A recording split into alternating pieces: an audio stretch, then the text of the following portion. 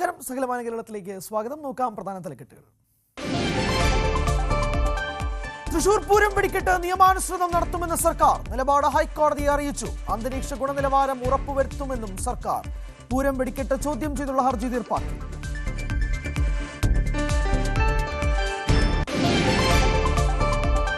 തൊടുപുഴ തുമ്മൻകുത്തിൽ കുരിശ് പൊളിച്ചു നീക്കി വനം വകുപ്പ്. പൊളിച്ചത് സെന്റ് തോമസ് പള്ളി സ്ഥാപിച്ച കുരിശ്. വനഭൂമിയിലല്ലെന്നും കൈവശ ഭൂമിയിലെന്നും വിശ്വാസികൾ.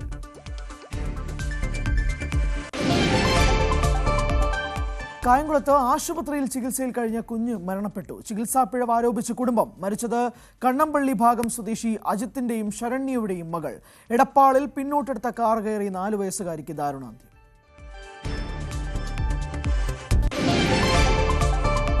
മഞ്ചേശ്വരത്തെ ഓട്ടോ ഡ്രൈവറുടെ കൊലയാളികൾക്കായി തെരച്ചിൽ ഊർജിതം. മരണകാരണം കഴുത്തിനും തലയ്ക്കും പിന്നിലുമേറ്റ വെട്ടുകളെന്ന് പോസ്റ്റ്മോർട്ടം റിപ്പോർട്ട്. അന്വേഷണത്തിന് കർണാടക പോലീസും.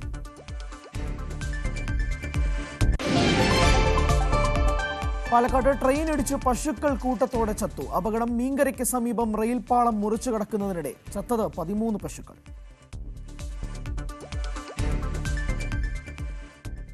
വിശദമായി നോക്കാം. തൃശൂർ പൂരം വെടിക്കെട്ട് നിയമാനുസൃതം നടത്തുമെന്ന് സർക്കാർ ഹൈക്കോടതിയിൽ. പ്രദേശത്തെ അന്തരീക്ഷ ഗുണനിലവാരം ഉറപ്പുവരുത്തുമെന്നും സർക്കാർ അറിയിച്ചു. സർക്കാരിന്റെ മറുപടി ഹൈക്കോടതി രേഖപ്പെടുത്തി. പൂരം വെടിക്കെട്ട് ചോദ്യം ചെയ്ത് നൽകിയ ഹർജി ഹൈക്കോടതി തീർപ്പാക്കി. തൊടുപുഴ തുമ്മൻകുത്തിൽ സ്ഥാപിച്ച കുരിശ് പൊളിച്ചു നീക്കി വനം വകുപ്പ്. തുമ്മൻകുത്ത് സെന്റ് തോമസ് പള്ളി സ്ഥാപിച്ച കുരിശാണ് പൊളിച്ചത്. കുരിശ് സ്ഥാപിച്ചത് വനഭൂമിയിലല്ലെന്ന വാദമുയർത്തിയാണ് വനം വകുപ്പ് പൊളിച്ചു മാറ്റിയത്. എന്നാൽ കുരിശ് സ്ഥാപിച്ചത് കൈവശ ഭൂമിയിലാണെന്നാണ് വിശ്വാസികളുടെ വാദം.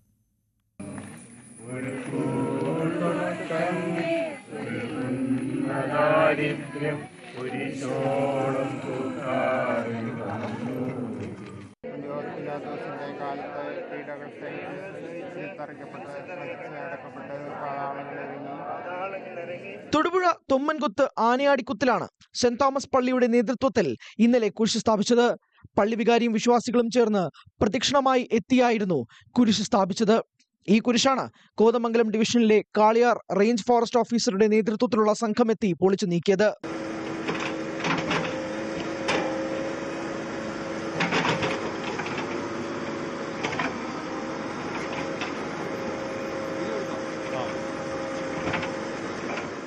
കുരിശ് സ്ഥാപിച്ചത് വർഷങ്ങളായുള്ള കൈവശ ഭൂമിയിലാണെന്നാണ് വിശ്വാസികളുടെ വാദം.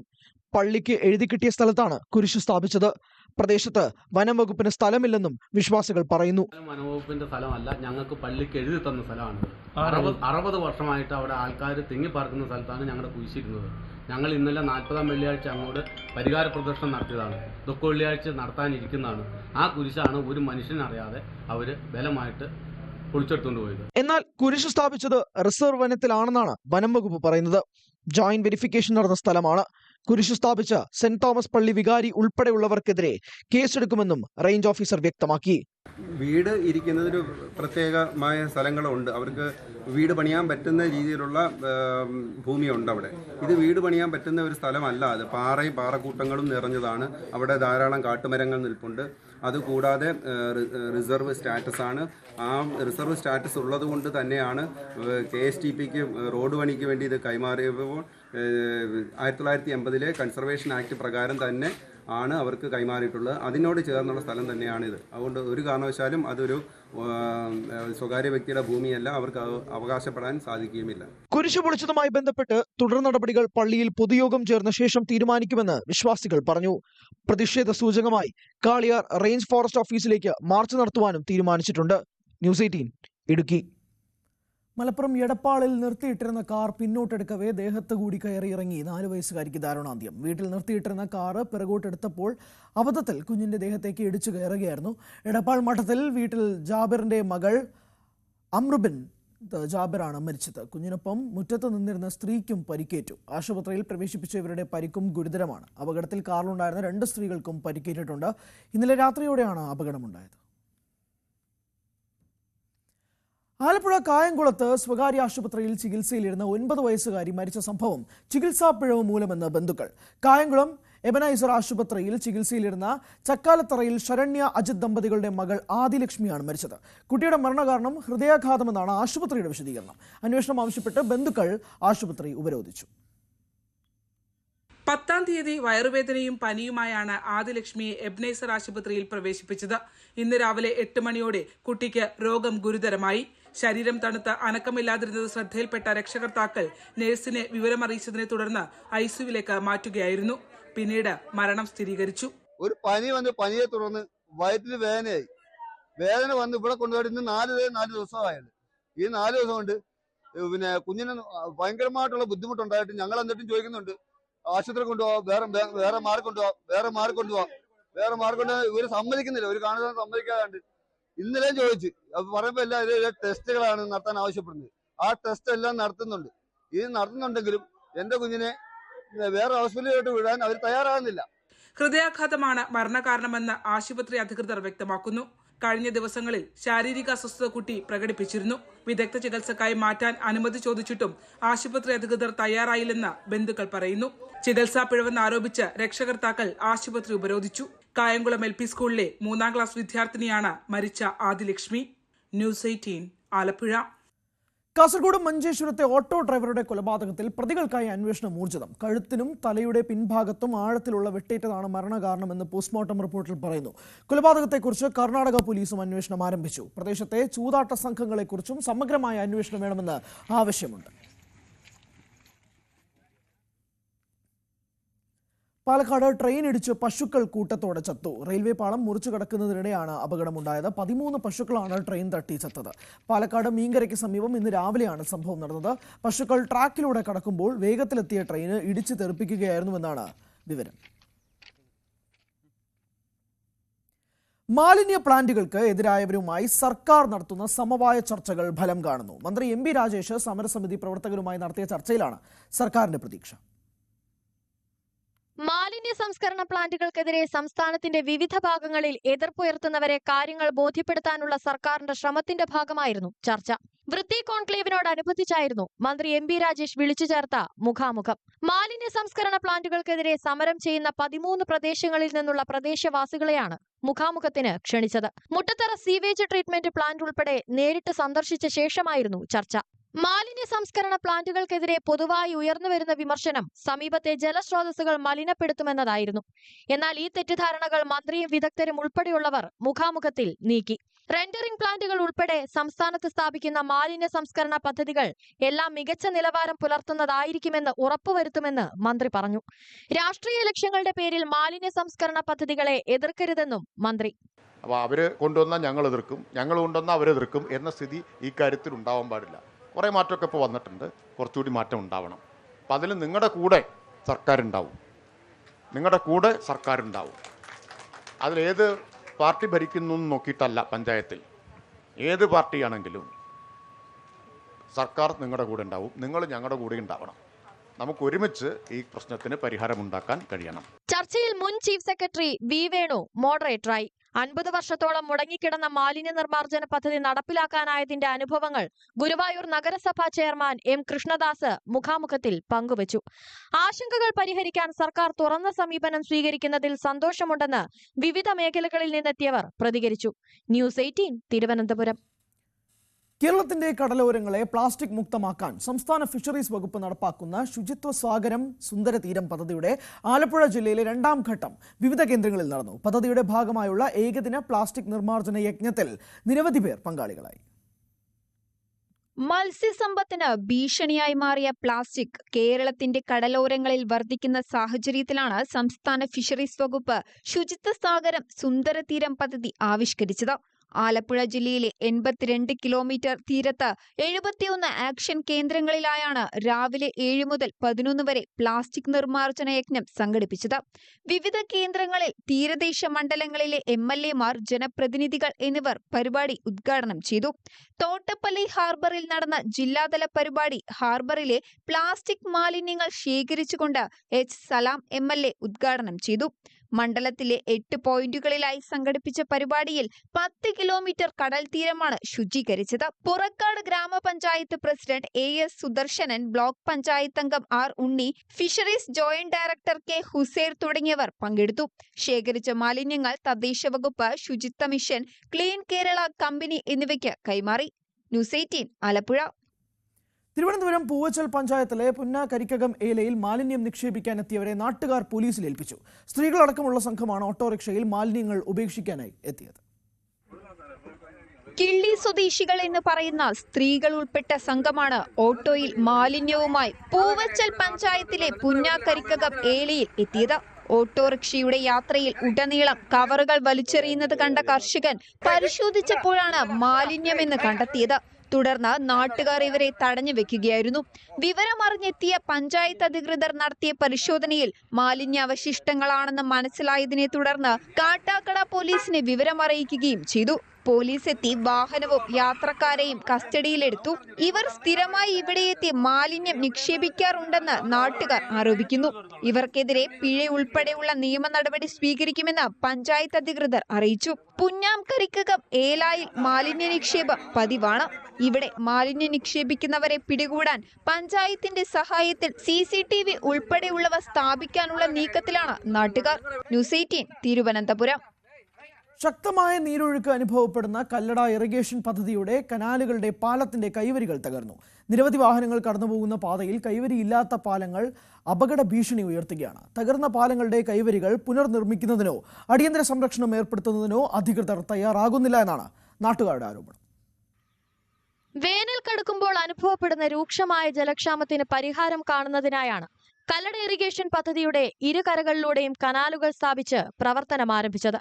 തെന്മല ഡാമിൽ നിന്നും അധികമായി ഒഴുകിയെത്തുന്ന ജലം ഒറ്റക്കോൽ തടയണയിൽ സംരക്ഷിച്ച് അവിടെ നിന്നുമാണ് ഇടതു വലത് കരക്കനാലുകൾ ആരംഭിക്കുന്നത്.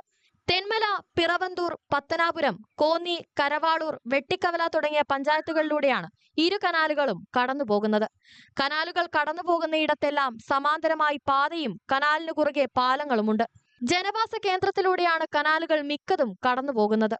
എന്നാൽ കനാലുകൾക്ക് മുകളിലൂടെയുള്ള പാലങ്ങളുടെ കൈവരികൾ മിക്കതും തകർന്നതോടെ അപകട ഭീഷണി ഉയർന്നിരിക്കുകയാണ്. ഒട്ടനവധി പാലങ്ങൾ നമ്മുടെ പുനലൂരിലുണ്ട്. എന്നാൽ ഈ പാലങ്ങളുടെ എല്ലാം നിലവിലുള്ള അവസ്ഥ എന്ന് പറയുന്നത് ഒരു പാലത്തിന് പോലും നിലവിൽ കൈവരികൾ ഇല്ലാത്ത അവസ്ഥയാണ്. ഇത് വലിയ അപകടങ്ങൾ ക്ഷണിച്ചു വരുത്തുന്നത് തുല്യമാണ്.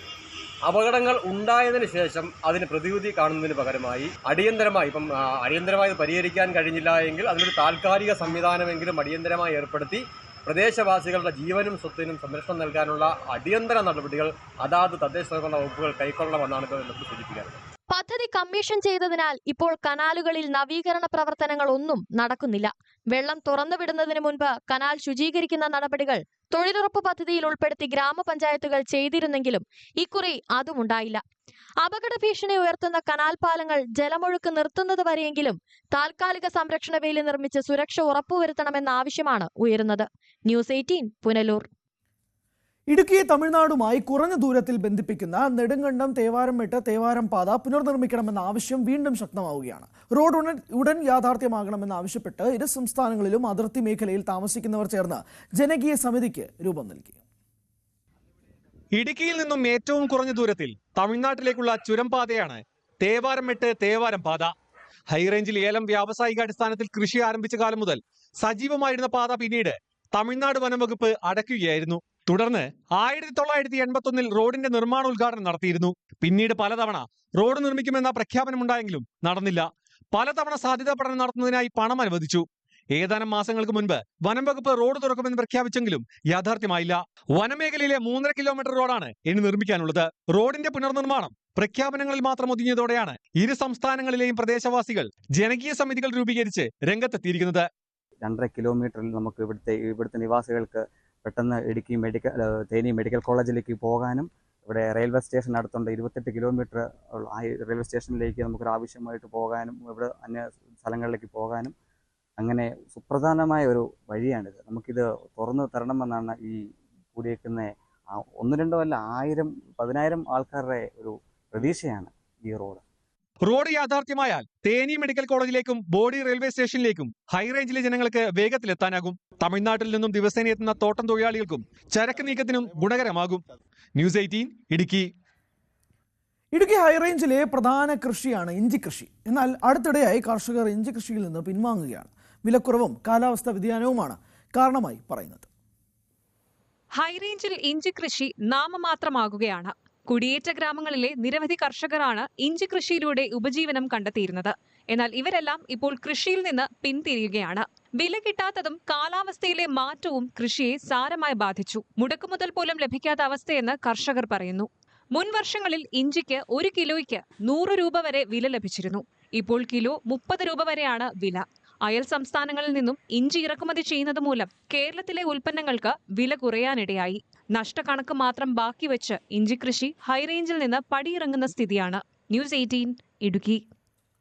ഇടുക്കി വാഴവരയിൽ പുതുതായി നിർമ്മിച്ച അംഗൻവാടി കെട്ടിടം തുറക്കാൻ നടപടിയില്ല. ലക്ഷങ്ങൾ മുടക്കി മാസങ്ങൾക്ക് മുമ്പാണ് നിർമ്മാണം പൂർത്തിയാക്കിയത്. വാകപ്പടിയിൽ 4 വർഷം മുൻപാണ് പുതിയ അംഗൻവാടി കെട്ടിടം നിർമ്മിച്ചത്. എല്ലാ പണികളും പൂർത്തിയാക്കിയെങ്കിലും കെട്ടിടം അടഞ്ഞു തന്നെ കിടക്കുകയാണ്. അടുത്തിടെയായി ഇവിടം സാമൂഹ്യ വിരുദ്ധരുടെ കേന്ദ്രമായി മാറി. ഇത് സാമൂഹ്യ വിരുദ്ധരുടെ ഒരു കേന്ദ്രമായി മാറിക്കൊണ്ടിരിക്കുന്നു. ഇവിടുത്തെ ഇതുണ്ട്, ഈ ലോക്കൊക്കെ തല്ലിപ്പൊളിച്ച് അകത്ത് കയറിയിട്ട് ഇതിൻ്റെ അകത്ത് സാധനങ്ങളൊക്കെ മോഷ്ടിച്ചുകൊണ്ട് പോയേക്കാണ്. കൂടാതെ ഇവിടെ എല്ലാം കൊണ്ട് മാലിന്യം ഇട്ടേക്കുന്നു, സമീപത്ത് കൊണ്ട് വേസ്റ്റുകൾ കത്തിച്ചേക്കുന്നു, അവിടുത്തെ പൈപ്പുകളെല്ലാം അടിച്ചു പൊട്ടിച്ചിട്ടേക്കുന്ന ഒരവസ്ഥയാണ്. ഇതും ഇവിടുത്തെ സമീപവാസികൾക്ക് ഭീഷണിയായിക്കൊണ്ട ഒരു അവസ്ഥയാണ്. വൈകുന്നേരം മദ്യപിക്കുക, ബഹളം ഉണ്ടാക്കുക, ഒരു അവസ്ഥയിലോട്ട് മാറിയിരിക്കുന്നു. ഇതിനൊരു ശാശ്വത പരിഹാരം ഉണ്ടാക്കിയെടുക്കണം. അല്ലാതെ ലക്ഷങ്ങൾ മുടക്കി ഇങ്ങനൊരു കെട്ടിടം ഉണ്ടാക്കി മുനിസിപ്പാലിറ്റിയുടെ ഫണ്ട് വെറുതെ കളയുന്നൊരവസ്ഥയാണ്. എന്നാൽ എല്ലാ ഉപകരണങ്ങളും സ്ഥാപിച്ച കെട്ടിടത്തിൽ ഇപ്പോൾ പലതും കാണാനില്ല. ക്ലോസറ്റ്, വാഷ് ബേസിനും അടക്കം നഷ്ടമായിട്ടുണ്ട്. നാട്ടുകാർ നിരവധി തവണ അധികൃതരെ അറിയിച്ചിട്ടും തിരിഞ്ഞു നോക്കിയിട്ടില്ല. പരിസരം കാട് കയറിയിട്ടുണ്ട്. പുതിയ അധ്യയന വർഷമെങ്കിലും കെട്ടിടം തുറന്നാൽ നിരവധി കുട്ടികൾക്ക് പ്രയോജനമാകും. ന്യൂസ് 18 ഇടുക്കി. ഇടുക്കി കട്ടപ്പനയിൽ റൂറൽ സൊസൈറ്റിക്ക് മുമ്പിൽ ആത്മഹത്യ ചെയ്ത സാബുവിന്റെ ഭാര്യ മേരിക്കുട്ടി നീതിക്കായി മനുഷ്യാവകാശ കമ്മീഷന് മുന്നിൽ ഹാജരായി. പോലീസ് അന്വേഷണം തൃപ്തികരമല്ലെന്ന് ആരോപിച്ച് സാബുവിന്റെ കുടുംബം മനുഷ്യാവകാശ കമ്മീഷന് പരാതി നൽകിയിരുന്നു.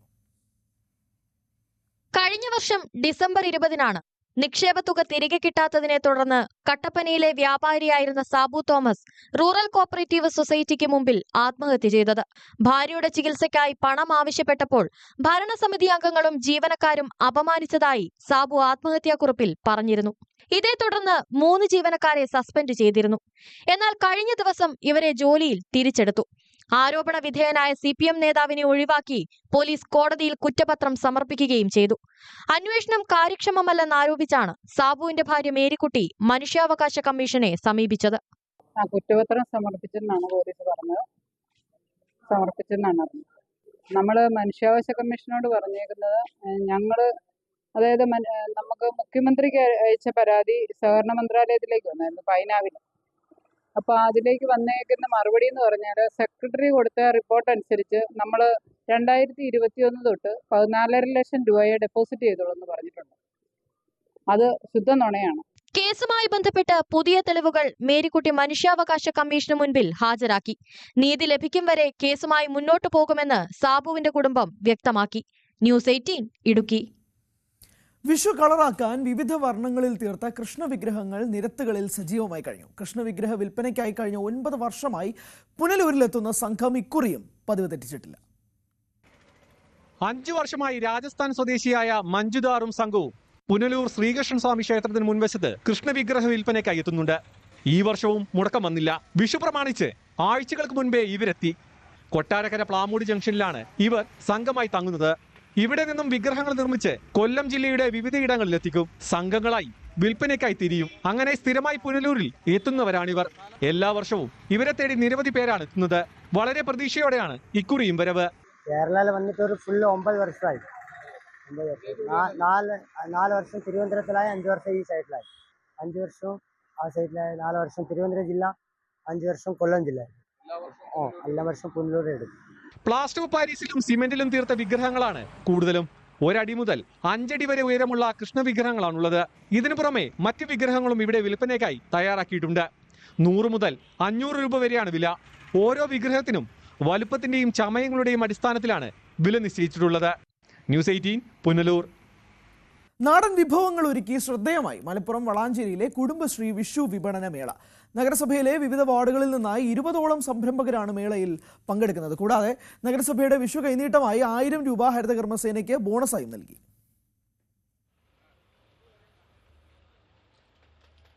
വിഷു ആഘോഷങ്ങൾക്ക് ഒരുങ്ങിയിരിക്കുകയാണ് വളാഞ്ചേരി നഗരസഭ. നാടൻ വിഭവങ്ങൾ ഒരുക്കി കുടുംബശ്രീ CDSന് കീഴിൽ ആരംഭിച്ച വിഷു വിപണന മേള ശ്രദ്ധേയമാവുകയാണ്. നാടൻ പച്ചക്കറികൾ, ചെടികൾ, വിവിധയിനം പലഹാരങ്ങൾ, അട, ഇളനീർ, ക്യാരറ്റ് തുടങ്ങിയവ കൊണ്ടുള്ള പായസങ്ങൾ, വിവിധതരം അച്ചാറുകൾ, മസാലപ്പൊടികൾ, വിഷുക്കണിക്ക് ആവശ്യമായ വിഭവങ്ങൾ എന്നിവ മേളയിൽ ലഭ്യമാവും. കുടുംബശ്രീ നേതൃത്വത്തിൽ നടക്കുന്ന ഒരു വിഷു ഫെസ്റ്റാണ്. നമുക്കറിയാലോ, വിഷു കേരളത്തിൻ്റെ ഒരു സാംസ്കാരിക ഉത്സവമാണ്. കൃഷിയുമായി ബന്ധപ്പെട്ട് പൗരാണിക കാലം മുതൽ കേരളത്തിൽ മലയാളികൾ, ലോകത്തുള്ള മലയാളികളൊക്കെ കണിക്കൊന്നയും കണിവെള്ളരിയും ഒക്കെ വെച്ച് ഒരു വർഷത്തെ വരവേൽക്കുന്ന ഒരു ദേശീയ ഉത്സവത്തിൻ്റെ ഭാഗമായി ആ ഉത്സവത്തോടനുബന്ധിച്ച സാധനങ്ങൾ മാത്രം വിൽക്കുന്ന കുടുംബശ്രീയുടെ ഒരു ഷോളിൻ്റെ ഉദ്ഘാടനമാണ് നമ്മുടെ പ്രിയപ്പെട്ട ചെയർമാൻ അഷ്റഫ് അമ്പലത്തിൽ നിർവഹിച്ചത്.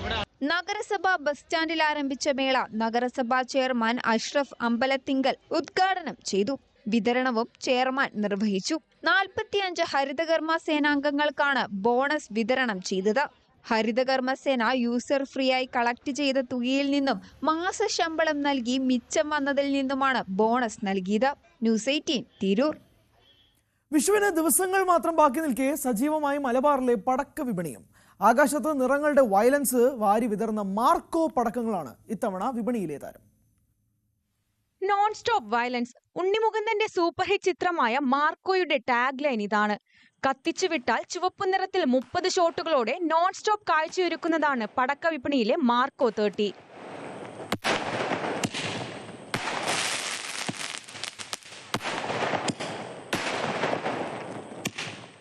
₹490 വിലയുള്ള മാർക്കോയാണ് ഇത്തവണ വിഷുപടക്ക വിപണിയിലെ താരം.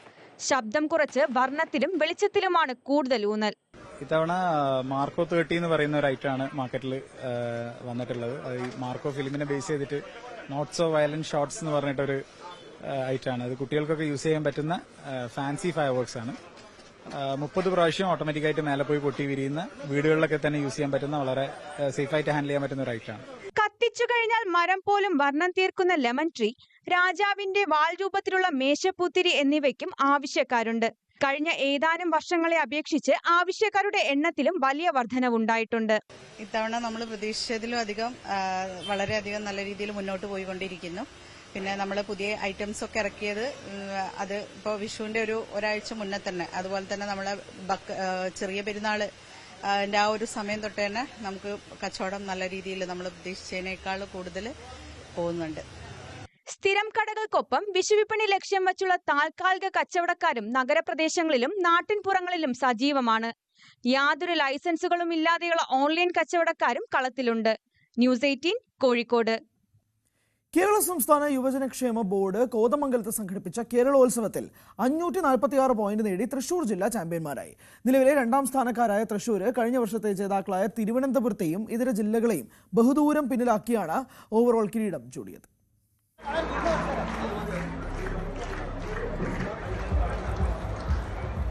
കലാവിഭാഗത്തിൽ 374 പോയിന്റും കായിക വിഭാഗത്തിൽ 172 പോയിന്റുമാണ് തൃശൂർ ജില്ല നേടിയത്.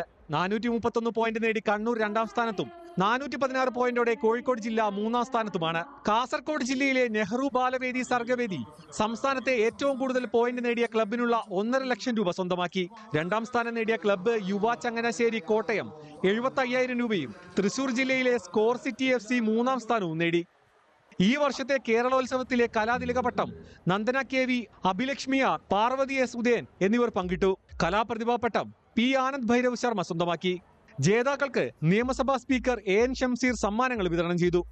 ആന്റണി ജോൺ MLA അധ്യക്ഷനായ ചടങ്ങിൽ ഡീൻ കുര്യാക്കോസ് MP, യുവജനക്ഷേമ board vice chairman S Satheesh, Ernakulam ജില്ലാ പഞ്ചായത്ത് പ്രസിഡന്റ് മനോജ് മൂത്തേടൻ തുടങ്ങിയവർ പ്രസംഗിച്ചു. ന്യൂസ് 18 കോതമംഗലം. പാലക്കാട് വിളയൂർ കളരി ഭഗവതി ക്ഷേത്രത്തിലെ ആറാട്ടുത്സവം വർണ്ണപ്പൊലിമയിൽ ഗജവീരന്മാരുടെ എഴുന്നള്ളിപ്പോടെ കൊടിയിറങ്ങി. പെരുവനം കുട്ടന്മാരുടെ പ്രാമിണിത്വത്തിൽ 100ൽ പരം കലാകാരന്മാർ പങ്കെടുത്ത പാണ്ടിമേളവും മത്സരപ്രേമികൾക്ക് കാഴ്ചവരുന്നൊരുക്കി.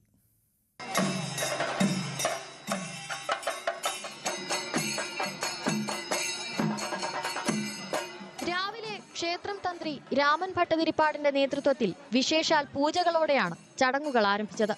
തുടർന്ന് ആനയുടെ അകമ്പടിയോടെ കിഴക്കേടമായ വേട്ടയ്ക്കൊരു മകൻ കാവിലേക്കും അവിടെ നിന്ന് മോതിരപ്പറ്റ കടവിലേക്കും ആറാട്ടിന് എഴുന്നള്ളിച്ചു. തൂതപ്പുഴയിൽ ആറാട്ടും നടന്നു.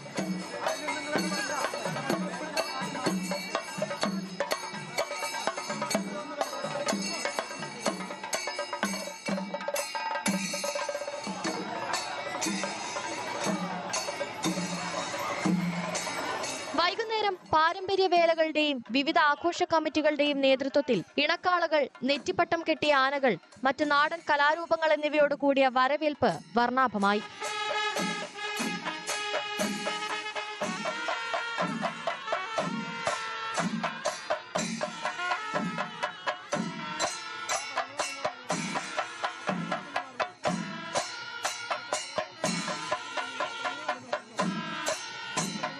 ഒരാഴ്ചക്കാലമായി നടത്തിവരുന്ന ഉത്സവാഘോഷങ്ങൾക്ക് ഇതോടെ കൊടിയിറങ്ങി.